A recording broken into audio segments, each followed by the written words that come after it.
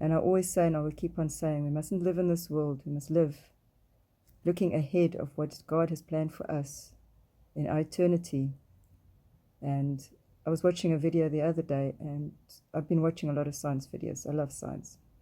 And many years ago, there was a video, I think it was Stephen Meyer, who talks about that there's a possibilities of 11 dimensions, and that Jesus had to die in so many dimensions to actually die for each and everybody's sin from the beginning to the end of the earth, because he had to cover so many people's sins, countless billions of people.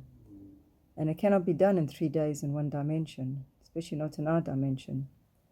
And since then, there's been quite a lot of teaching about different dimensions, and they are positive now that there are 11 dimensions, and there could be more.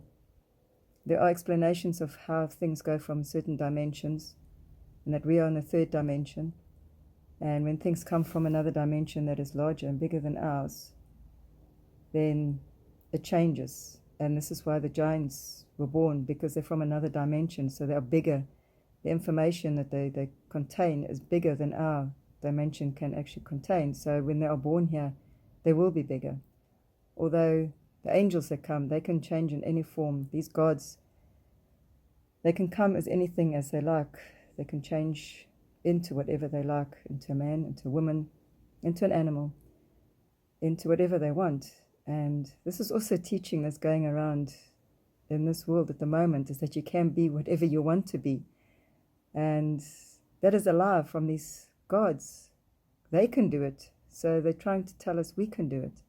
We can't. We were created by God. God created us in a certain way, and we do not have the power on earth to change God's laws and ways.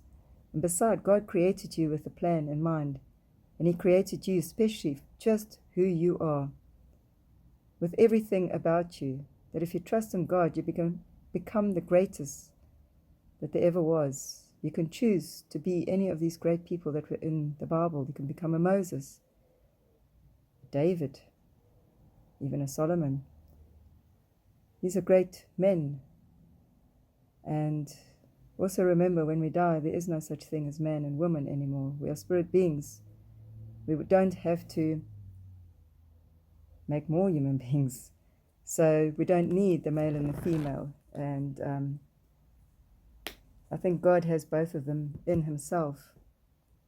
And he split it into 2 with us as humans. So if you are a woman in this world, there's a reason why you're a woman. And if you're a man, there's a reason why you're a man. And we clearly see in the Bible that each has their own place in this world. And God uses us with what he's given us. And once your DNA is set, then it's set. You cannot change who you are. You cannot be somebody else.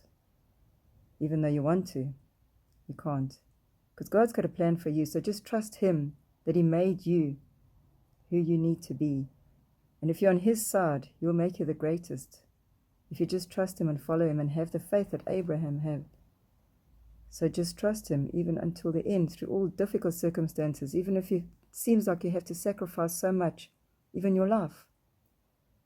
If you step into that faith, God will meet you there. And I keep saying that he'll give you more than you can ever give him. So just trust in him and have that faith in him. The faith of Abraham and his story. Remember, Abraham, the father of many nations. God blessed him so much, and he gave him so much promises. So if we can have the faith of Abraham, then all the promises in this Bible becomes ours, and the promises that God gives you as well. There's so many things that I've asked God for, and he has given me everything I've asked for.